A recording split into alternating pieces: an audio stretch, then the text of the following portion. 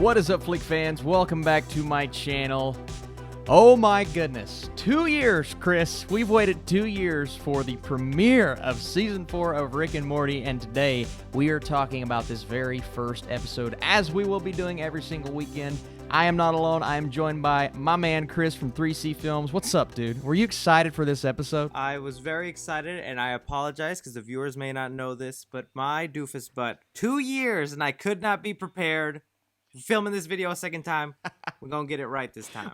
We've already had this conversation, but we're gonna have it again. No, man, it's not your fault. Listen, I could talk Rick and Morty all day. It's one of the only television shows on that I think about. Oh, yeah. I go back, I revisit. I've watched seasons 1 through 3 multiple times. My hype level was astonishingly high for this episode. Oh, yeah. Where was your hype level at, man? Were you excited?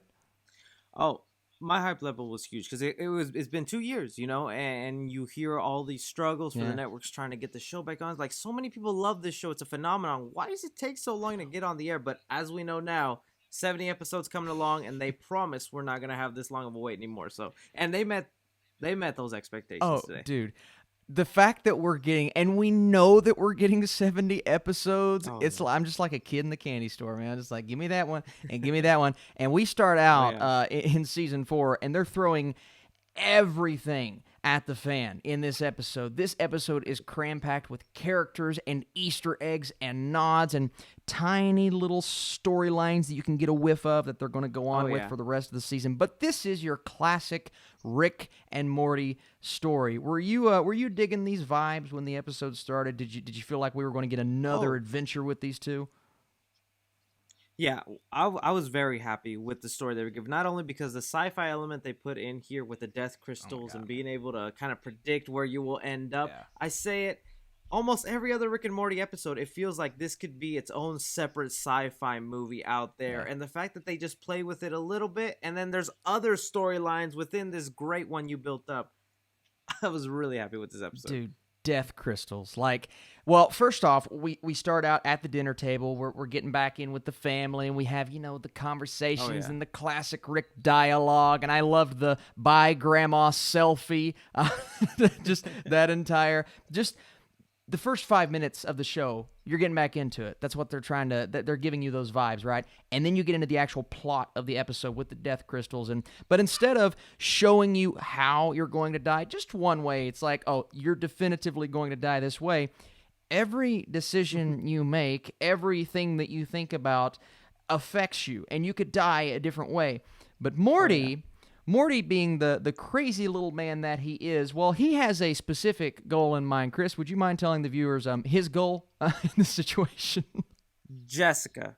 It's always Jessica. Even from episode 1 of Rick and Morty, their original universe got Cronenberg just because Morty wanted a love potion. I mean, it's little things like that where it's almost like the same storyline of him going after his love for Jessica. Yes. But something completely new surrounding that. I love how they're sticking to those roots. And also throwing in Easter eggs like the Meeseeks box, where it's like, if you're a real Rick and Morty fan, you know how Meeseeks works. You know what these guys are capable of.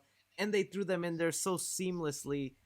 How did you feel about that, throwing in callbacks from different episodes? Man, I was so pumped to see Mr. Meeseeks. Ooh, and well, that's more Mr. Poopy Butthole. I'm sorry, they do sound very similar. But, you know, we saw a bit of that in the previous season where they're like, okay, you want more Mr. Poopy Butthole? Well, we're going to give it to you this season already. You want more Mr. Meeseeks? And I have a feeling that's not the last time we are going to see Mr. Meeseeks. But a ton of nods, a ton of Easter eggs, a ton of things that people are going to get excited about in this episode. And before I move on into the subplot that I want to talk about, all of these different characters, they got what we like to call pop figures made about them. And Chris was telling me before we started this, he was like, dude, every pop figure that came out surrounding this, or the majority of them, were from this episode. Tell them exactly what you told me.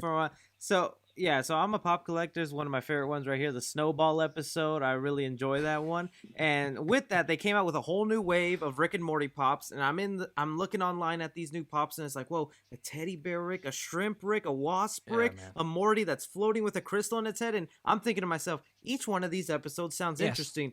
All of them were in this one episode. And not even to mention that you told me yourself in the trailer, most of the footage was from this actual episode. So they're hiding stuff. They're really savoring the good stuff for fans, and they're also showing you a lot can happen in one episode.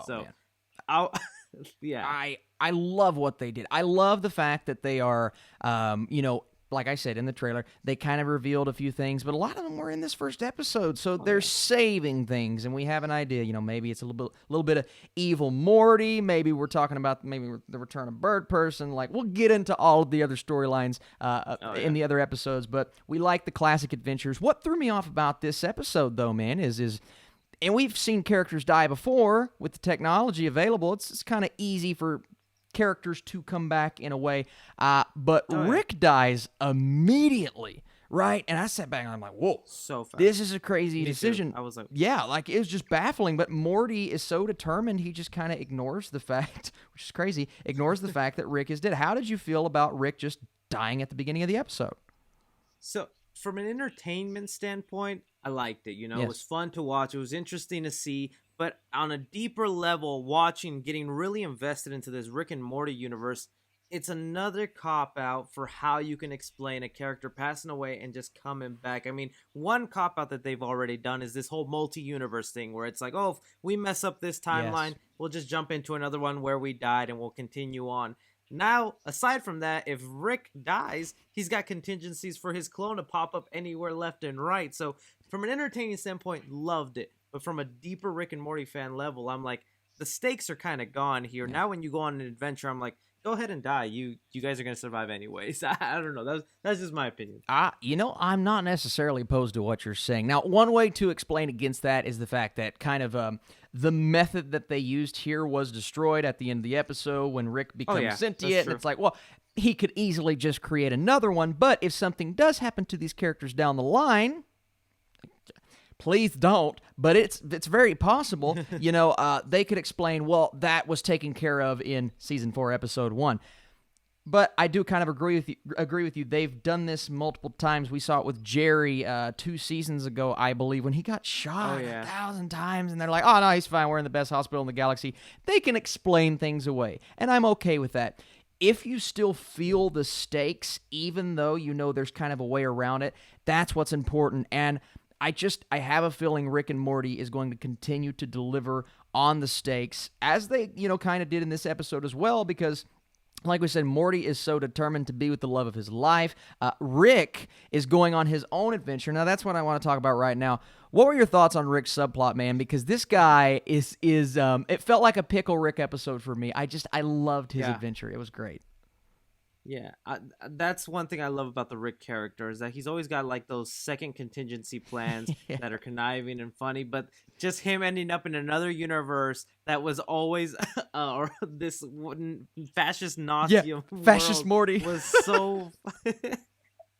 so funny to me, and him as a teddy bear, like I'm telling you, they made a pop for like 2 seconds of screen time. It just makes me laugh, but I really enjoyed his little side adventure and what he's made up. I'm also curious to see what other little side adventures each character will have, because Beth and Summer were kind of left in the background, and Jerry as well. Yeah. So it looks like they will be focusing on certain characters in some episodes and others on them. So I'm excited for the Jerry episode. I know Jerry gets a lot of flack, but I kind of want to see a Jerry episode. I like Jerry. I always feel so bad for Jerry. I'm like, poor Jerry. But then he says something. I'm just like, okay, well, I don't feel as bad for him now. But it's kind of like Toby in The Office. Not really. But Rick's adventure, man, from Shrimp to, like we said, the teddy bear and the fascist Morty was hilarious. Even when the moment when Morty shifting over to his story, when he turns into unstoppable science fiction boy, which I thought was a brilliant line. And he splits the cops up and they grow legs and they run away. It's just